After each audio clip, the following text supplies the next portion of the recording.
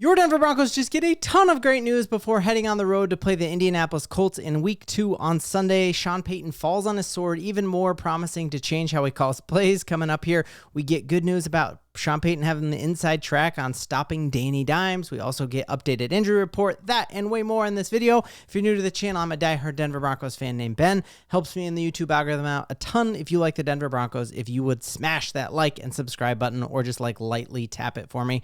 All right, so Sean Payton, we know right after the game on Sunday and then the next day in the follow-up phone call with the press, came out and said like he needs to do a better job calling the game. Finally, today, we get to see just the heart behind that, and we see Sean Payton actually self-introspective here and actually like a little bit bummed out about how he called that game on Sunday. And here's what he said. He's like, I've called a lot of games in the NFL, and I can't remember that many where I walked off the field and just shook my head and said, man, I've got to do better. And he's not just saying the words. You can tell in his body language. He truly, truly means it.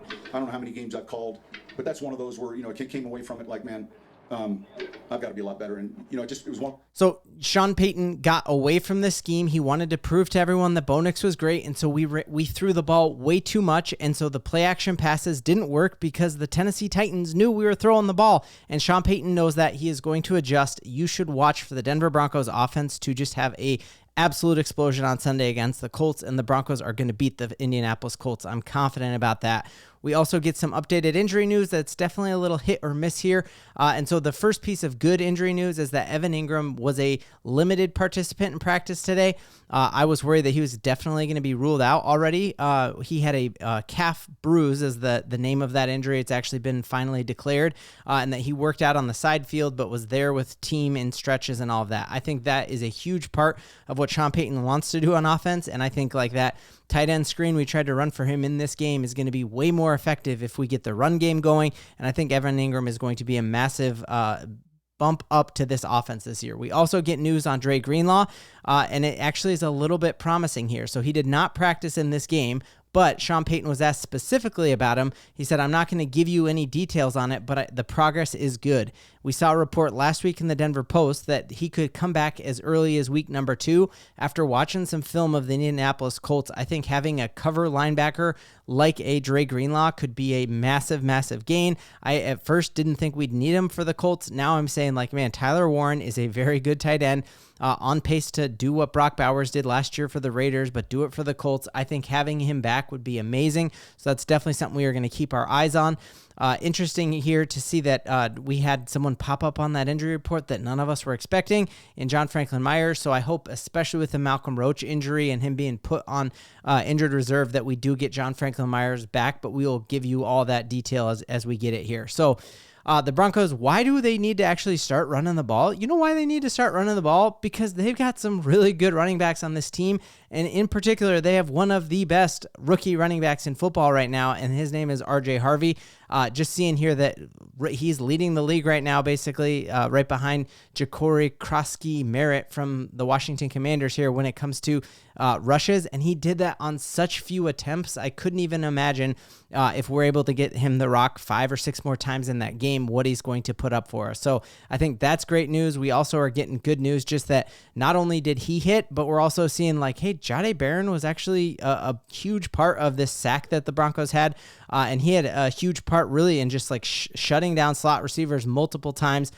So there's this cut up, and then another one on one of the Tennessee Titans' big sacks when they were in the red zone. You see it was Jahdae Barron shutting down the slot wide receiver that led to the sack of Cam Ward. So I thought the Broncos were going to go deep in the playoffs, even if this rookie class was a complete bust because of all the young guys that we had last year.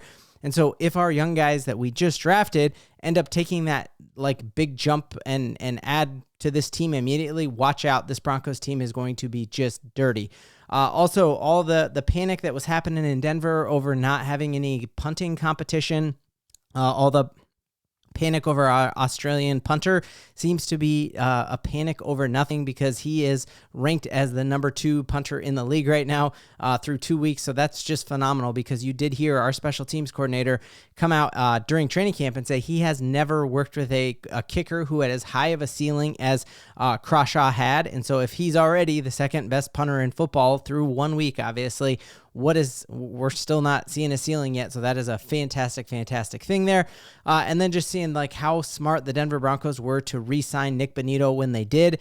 It truly was a gamble for some. They were saying like, oh, wait, make him do it one more year. Well, if he continues to play how he did in week number 1, you're going to have to pay him $41, $42, $43 million instead of the hometown discount that he took. And so you're seeing another swing and a connection for a home run for George Payton because he was the highest graded edge defender in football last week.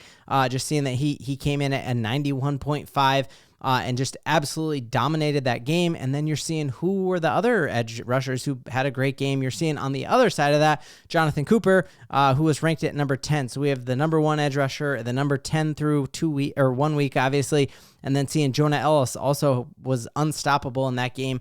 Obviously, the Broncos had 6 sacks in that game, but they also had like a boatload of holding penalties as well because that team had no chance at blocking them. And all we heard from the Tennessee Titans was how much they put into their offensive line during the offseason. When I talked to Mark, the Titans creator, he said the thing he wasn't worried about was our pass rush. And that is what he absolutely should have worried about because they looked absolutely phenomenal here. So when it comes to how should we be matching up and what should we be doing different here against the Indianapolis Colts? Maybe one of the reasons the Broncos did not run the ball, even though when they did run the ball, it worked really well, is that the Tennessee Titans lined up with a stacked box a ton in that game. And the Colts were one of the teams who didn't line up in a stacked box a single time. And so Sean Payton, of all weeks, to get the rock running, it is this week when you are going to be playing without a stacked box. And you know J.K. Dobbins is going to eat and R.J. Harvey is going to eat when they have that.